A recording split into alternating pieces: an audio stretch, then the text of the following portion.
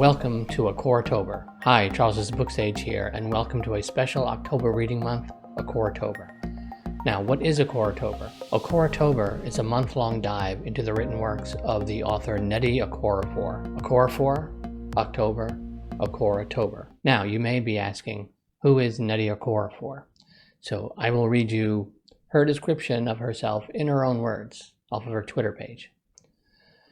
Nnedi is the Niger-American, PhD-holding, World Fantasy, Hugo, Nebula, and Eisner Award-winning rudimentary cyborg writer of African futurism, African Jujuism, and Marvel Shuri. Throughout October, I will be reading a selection of Nnedi Okorafor's stories. I think I've got like 5 novels, some novellas, a bunch of short stories, and even a graphic novel. I have not purchased a comic book or graphic novel in 30 years, but I did get one specifically for this event. Before I get started with my TBR, there are a couple of links in the description down below. The first one is to Nnedi's own website, where you can get an explanation of what is African futurism and what is African Jujuism, and how African futurism differs from Afrofuturism, because they're really different classifications. It's a good starting place if you're not familiar with Nnedi Okorafor as a writer or a storyteller. Her parents are from Nigeria. She's born in America. She's Niger-American. The culture of Nigeria is a big part of the stories she tells. And I also,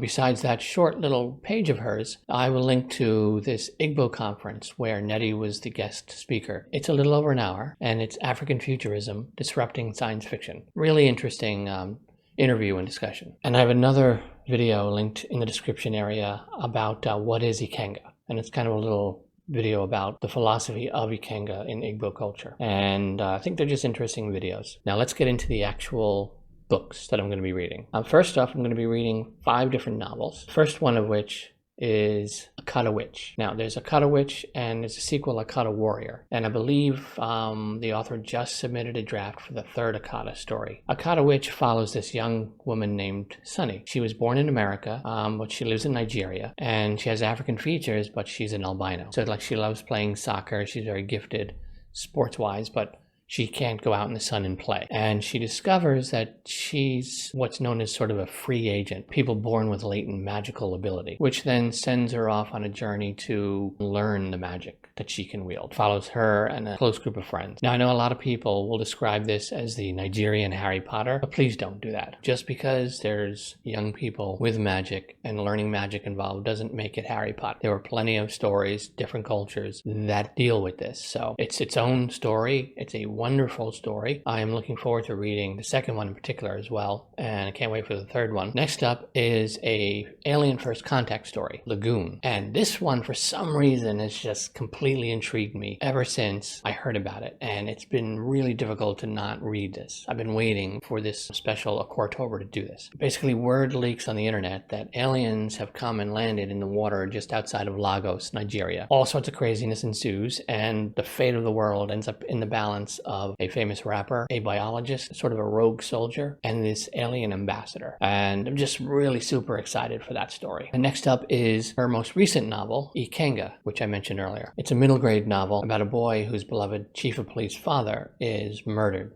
most likely by this crime lord. Nnamdi is the boy, and he's struggling with his father's death, and he's visited by, I guess, this Ikenga, sort of an animating spirit that can imbue like sort of fantastical powers, almost like a Hulk kind of thing. At least that's kind of what I saw from the description. I don't really know much about it other than that. But that really sounds like an entertaining story, because dealing with the murder of a father and being a young boy presents itself as a really interesting story to read. And then the 5th novel that I'm going to be reading is Zara the Windseeker. Zara is born in this kingdom, and she's born what's known as Dada, someone with vines in their hair. And Dada are believed to have these special powers. And Zara doesn't feel any different than anybody else. The only difference is she's got vines growing in her hair. Something happens where I guess whatever abilities begin to emerge, and she confides in her best friend Dari. And they kind of exploring this decide to kind of figure out what's happening, which leads Dari into danger. And Zara makes the decision to go and try to rescue him. So it's kind of a coming of age, discovering who you are and who you can be, and in her particular case, what sort of latent powers she has as well. And I believe there's sort of a dark, mysterious forest that everyone's afraid of as part of the setting. Mystical forest or dangerous forest is always a cool setting. I think it straddles more the young adult, middle grades. I think it's probably more young adult.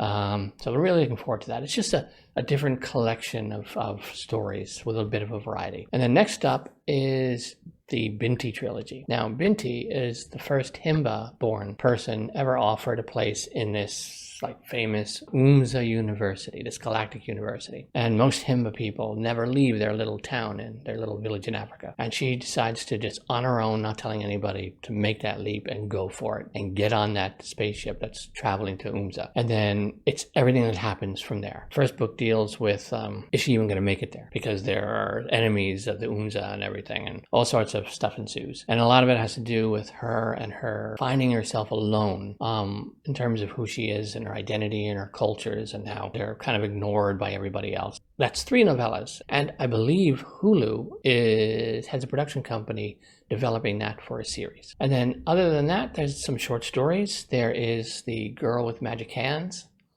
There's Kabu Kabu, which Kabu Kabu are sort of illegal taxis in Nigeria, and it's a short story collection. So I'm assuming the Kabu Kabu taxi is going to play some role in each story, or at least use it as a framework. And then I have, for a graphic novel, I have LaGuardia.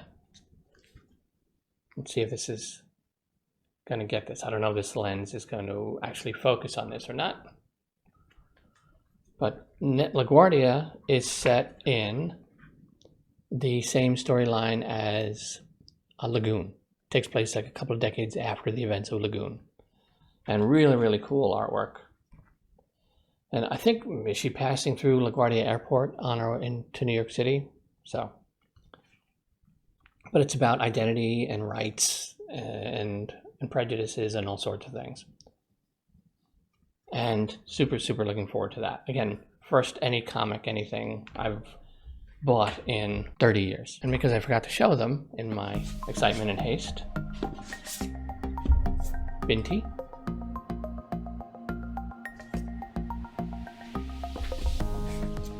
Binti Home.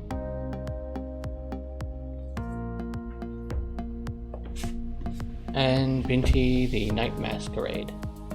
And these are just, I mean, imagine being an author and having covers that are just that awesome.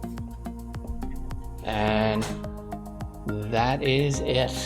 So I am super excited. Now, this is not a readathon, but anyone is welcome to join. I know October is like a super packed month for readathons and all sorts of things.